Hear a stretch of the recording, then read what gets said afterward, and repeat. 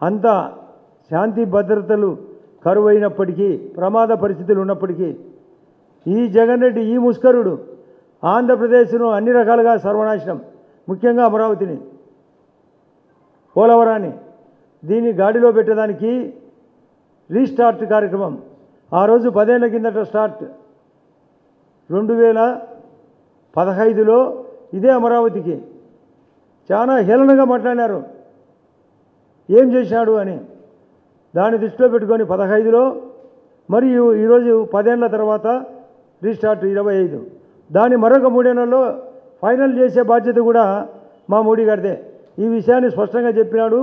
ఎన్ని వేల కోట్లైనా మేము ఆంధ్రప్రదేశ్ను వికసిత ఆంధ్రప్రదేశ్గా, వికసిత భారత్లో భాగంగా చంద్రబాబు నాయుడు గారి యొక్క ఆధ్వర్యంలో మాత్రమే ఈ ఆంధ్రప్రదేశ్ బాగుపడుతుంది.